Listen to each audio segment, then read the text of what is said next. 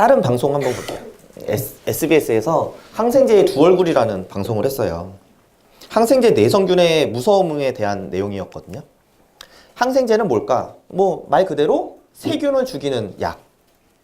그래서 균에 의하여 만들어진 물질로 다른 균을 죽이거나 성장을 억제시키는 약이 항생제라는 거예요. 이렇게 느씬한 모델분이 있었는데 어느 날 갑자기 발에 상처가 났어요.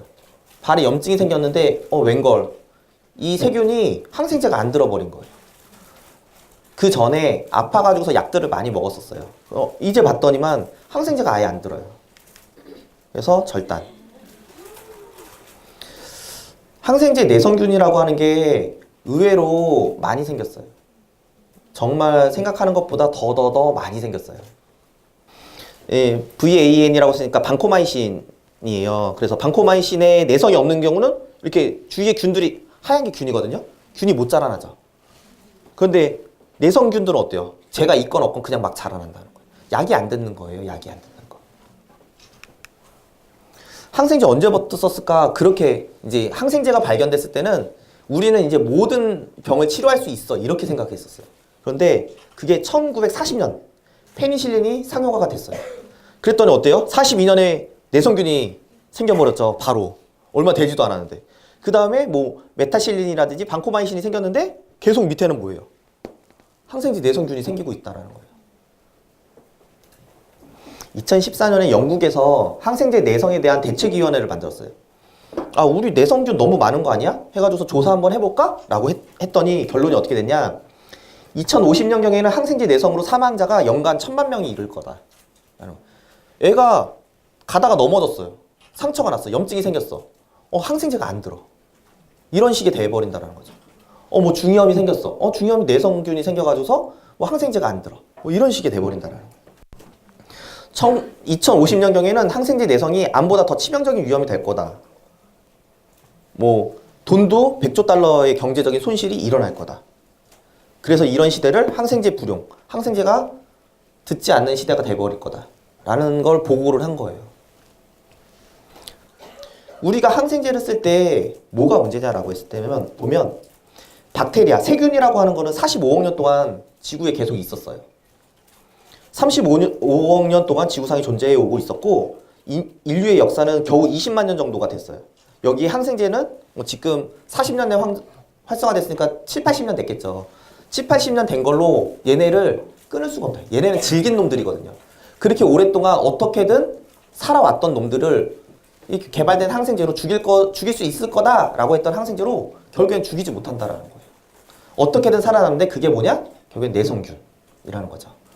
항생제? 나왔어? 그거 이겨내면 되지 하고서 또 살아난다는 거죠. 실질적으로 보면 항생제들이 부작용이 많아요. 그 진료실에서 가장 흔한 거는 뭐냐면 항생제 먹었는데 설사했어요. 이거 하얀색 항생제 받아왔는데 냉장고에 넣는 거 받아왔더니 얘가 설사했어요. 이게 가장 많이. 그런 거는 5명에서 10명 중에 1명꼴로 소화기 장애, 토하거나 설사를 하거나 하는 것들이 생길 수 있어요. 그리고 항생제 먹고서 피부 트러블, 두드러기가 생겼어요. 뭐 이런 식으로 올라오는 애들이 20명에서 100명 중에 1명꼴.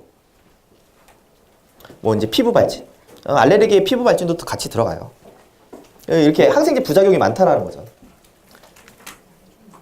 그거와 더불어 항생제 내성. 이 내성이 인류에 있어서 진짜 최악이 될 수 있다라는 거죠. 사실 3차 세계대전으로 멸망하는 것보다 항생제로 세균 때문에 멸망할 수도 있을 거예요. 항생제 내성이라고 하는 거는 세균이 항생제에 대해서 저항 능력이 생겼어요. 항생제를 이겨내는 거죠. 항생제의 효과가 없어지는 현상을 말한다. 항생제 내성이 발생되는 원인은 항생제 오남용. 감기에 항생제를 줘. 얘 바이러스인데.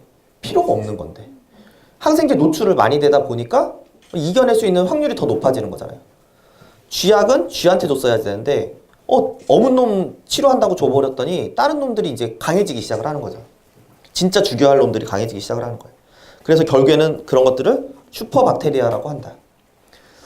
여러분들이 나만 항생제 안 먹고 잘 키우면 괜찮지 않아? 이렇게 생각할 수 있어요. 아유, 우리 애기는 그래도 항생제 안 먹였어요 라고 한다고 되는 게 아니라는 거예요. 왜냐? 남들이 그 균을 가지고 있어요. 그 균이 나한테 오면 그냥 걸리는 거죠.